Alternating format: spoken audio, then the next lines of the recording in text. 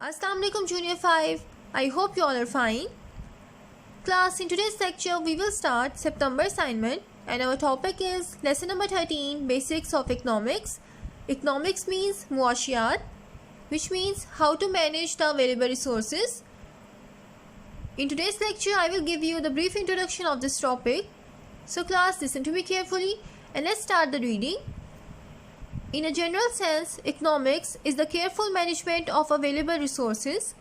A state economy refers to the chain process of production, distribution and consumption of goods and services. Economics किसे कहते हैं कि हमने हमारे पास जितने भी अवेलेबल रिसोर्सेज हैं उसे किस तरह हमने प्रॉपर्ली यूज़ करना है, साथ ही साथ जो हमने प्रोडक्शन है वो किन गुड्स की करनी है, कितनी करनी है, उसे प्रॉपर्ली डिस्ट्रीब्यूट कैसे करना है और उस प्रोडक्शन को यूज़ किससे करना है, ये सब कुछ हम किस में देखते हैं, हमारी इकोनॉमिक्स में. Now see what are goods and services. Goods are things which we can touch, use or consume. For example, we can consume bread, we can touch the computer and we can walk on the road. Other types of goods are house, car, clothes, sports items, food and drinks. Goods हम उन चीज़ों को कहते हैं जिन्हें हम touch कर सकते हैं, जिन्हें हम हाथ लगा सकते हैं और देख सकते हैं. फॉर एग्जाम्पल, जो यहाँ पे एग्जाम्पल्स दी गई हैं आप उन्हें देखो. ब्रेड, आप ब्रेड को देख सकते हो, उसे टच कर सकते हो और उसे खा सकते हो. इसी तरह कंप्यूटर है, हाउस है, कार है, क्लोथ्स है, आपके पास जो बुक है, मोबाइल्स हैं, आप ये सारी चीज़ों को टच कर सकते हो, देख सकते हो और यूज़ कर सकते हो. तो ये कौन सी चीज़ें आती हैं हमारी गुड्स में. Services are actions or activities which someone else does and we take the benefit or advantage of it. Services हम उन actions, उन activities को कहते हैं जो कोई दूसरा इंसान हमारे लिए परफॉर्म करता है और हम उसका एडवांटेज यानी बेनिफिट लेते हैं. For example, hair cut.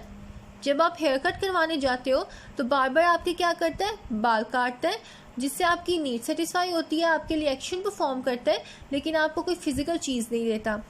जो गुड्स हैं उनमें क्या आ जाती है, फिजिकल चीज़ आ जाती है जिसे आप देख सकते हो या टच कर सकते हो. लेकिन सर्विसेज वो एक्शंस हैं जिन्हें आप देख नहीं सकते लेकिन आप उन्हें महसूस कर सकते हो कि किसी ने आपके लिए कोई एक्शन परफॉर्म किया है जिससे आपको बेनिफिट पहुंचा. इसकी बेस्ट एग्जांपल क्या है, एजुकेशन सिस्टम. आप जब स्कूल आते हो, जो आप रिसेंटली गूगल क्लासरूम पे लेक्चर्स ले रहे हो, उसमें आपको कोई फिजिकल चीज़ प्रोवाइड नहीं की जा रही, आप सिर्फ लेक्चर्स को सुनते हो. आप ये फील करते हो आपको जो नॉलेज प्रोवाइड किया जा रहा है वो आपके लिए एक्शंस है जिनमें आपको बेनिफिट मिलेगा. टीचर्स आपके लिए क्या करती हैं, सर्विसेज परफॉर्म करती हैं, आपको लेक्चर्स डिलीवर करती हैं जो कि आ जाता है किसमें, सर्विस में. तो सर्विस वो एक्शंस, वो एक्टिविटीज़ जो कि कोई दूसरा आपके लिए परफॉर्म करता है जिससे आपको बेनिफिट मिलता है और आपकी ज़रूरत पूरी होती है. Okay, now we will see the difference between public and private goods and services. Public means the property owned by a state. Public property means ऐसी प्रॉपर्टी जो कि कौन यूज़ करता है, जनरल पब्लिक यानी हम लोग, और इसका मालिक कौन होता है, हमारी गवर्नमेंट. ये ऐसी प्रॉपर्टी है जो कि कोई भी कभी भी यूज़ कर सकता है. फॉर एग्जांपल रोड्स, पार्क्स, जो कि कौन बनाता है, हमारी गवर्नमेंट. किसके लिए बनाती है, हमारी पब्लिक के लिए, ताकि वो उन्हें यूज़ करके उससे बेनिफिट ले सके. ये प्रॉपर्टी किसी की पर्सनल प्रॉपर्टी नहीं होती because this is owned by a state. Private refers to a business managed and owned by a person or group of people. Private properties means ऐसी प्रॉपर्टी जो कि हर कोई यूज़ नहीं कर सकता क्योंकि वो आपकी पर्सनल प्रॉपर्टी होती है. For example, your house, your own business, your cars, ये वो सारी चीज़ें हैं जो कि किसकी हैं, आपकी, जो कि सिर्फ आप यूज़ करते हो और हर कोई उसे यूज़ नहीं कर सकता. So these are the private goods and services. Now move forward and see how does the government generate funds to pay for the public goods and services.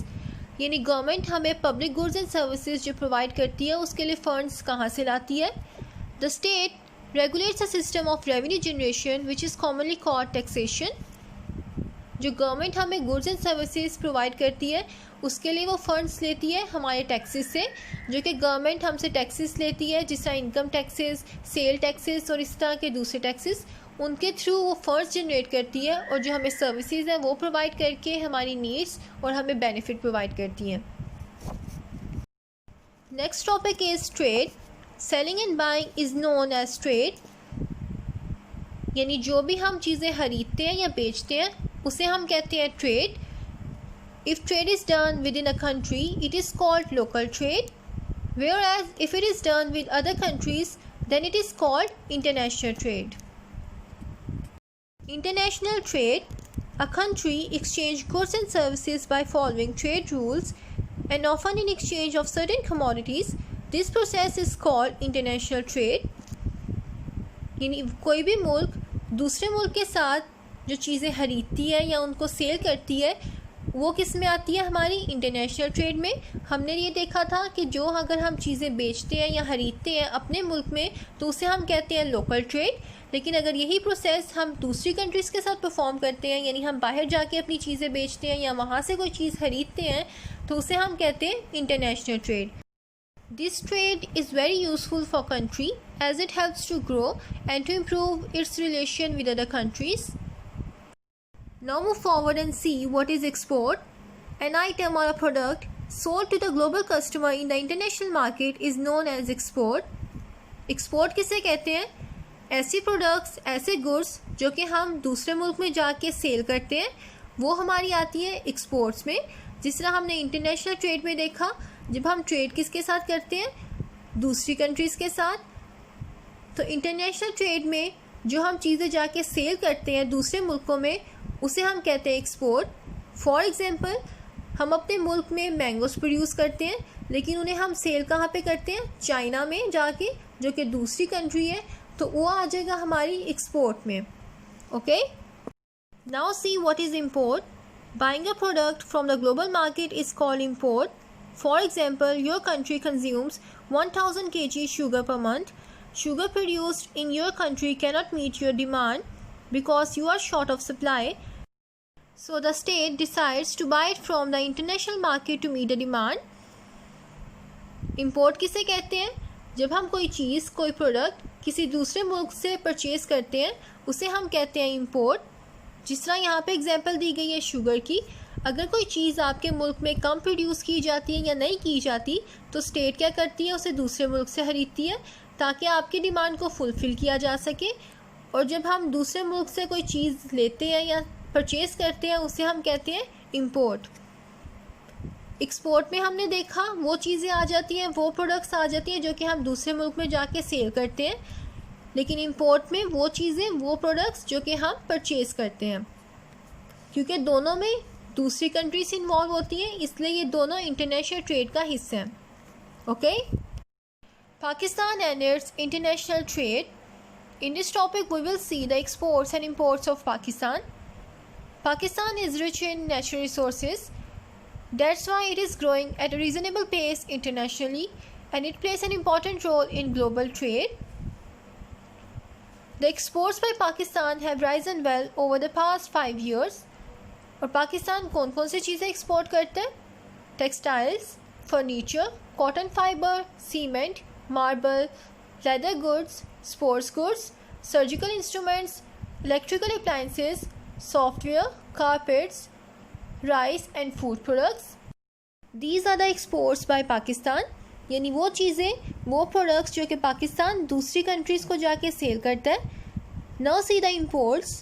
The imports of Pakistan are petrol, petroleum products, transportation equipments, edible oils, tea, machinery, plastics, paper and paperboard, iron and steel. These are the major imports of Pakistan. यानी वो products जो कि पाकिस्तान दूसरी countries से purchase करता है ताकि पाकिस्तान की डिमांड को फुलफ़िल किया जा सके. Its major import partners include United States, the European Union, China, Saudi Arabia and UAE. These are the countries which are the major import partners of Pakistan. यानी इन कंट्रीज़ के साथ पाकिस्तान सबसे ज़्यादा इंपोर्ट्स करता है. So class, this is enough for today. I hope you all get it. In our next lecture, we will see our remaining reading. Till then, do your work properly. Allah Hafiz. Take care.